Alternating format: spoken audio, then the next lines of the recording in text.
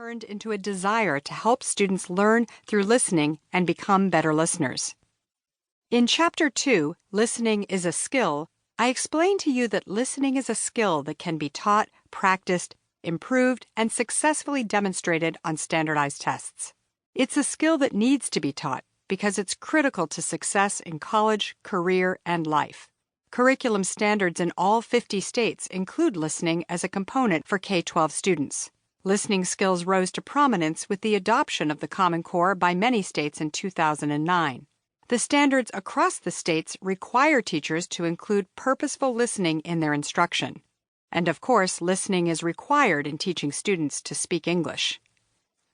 Chapter 3, This is Your Brain on Listening, discusses how listening is a complex neurological construct that involves multiple areas of the brain.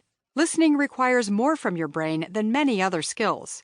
You will learn from the latest neuroscientists, cognitive scientists, and communications and psychology experts.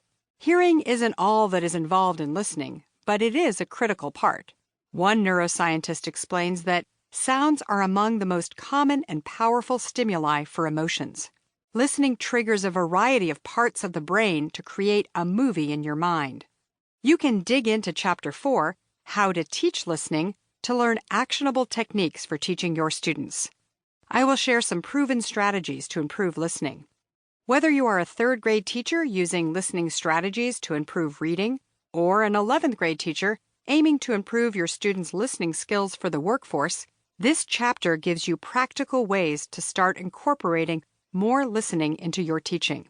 It shows you how including listening in your instruction can teach academic vocabulary and curriculum content and help students practice reading.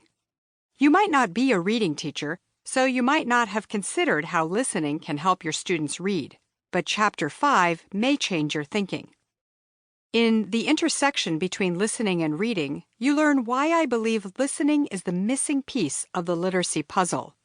Despite dozens of new approaches, techniques, and programs, the average national 4th and 8th grade reading scores are stagnant.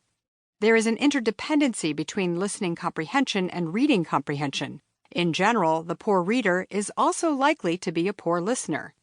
Listening is a foundational part of teaching students how to read, yet by the middle grades it virtually disappears from our classrooms. In this chapter, you learn how using listening regularly in your classroom at any grade level can help improve reading. Listening is a critically important skill to learning a new language. Chapter 6, English Learners and Listening, explores how listening is critical to second language acquisition. Many of you have English language learners, or ELs, in your classrooms. As the population of ELs continues to grow in our schools, every teacher needs to know how to help these learners use their listening skills to acquire knowledge and language. Listening is an important way to do that. I'll share with you some ways to differentiate instruction for ELs. In Chapter 7, Assessing Listening, which was co-written with Alistair Van Moore, the Chief Product Officer at Metametrics, we will look at how even though the majority of our time is spent listening, there's been very little research on how to track and improve listening as a skill.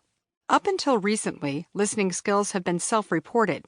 Despite the correlation between listening and reading, there hasn't been a reliable way to break down and assess listening.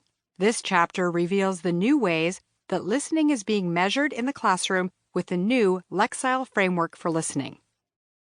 Once you've learned how to improve your students' listening skills, you can learn how to help them create their own audio stories. Chapter 8, Creating Podcasts, gives you tools to put your students in the driver's seat of the hottest trend in education, podcasting. It also shares expert tips on making podcasts with your students, which can put their listening skills to work as they create their own audio stories for a wide audience. This book focuses on the types of listening skills needed in our classrooms. It provides concrete examples and tools for K-12 teachers. While mindful, active, interpersonal listening is an important skill to build, my experience and the focus of this book is on academic listening. In other words, listening to learn. It will give you the confidence and tools you need to use audio resources to support reading, content, and language learning. There has never been a better time for you to focus on improving your students' listening skills. Many are concerned that technology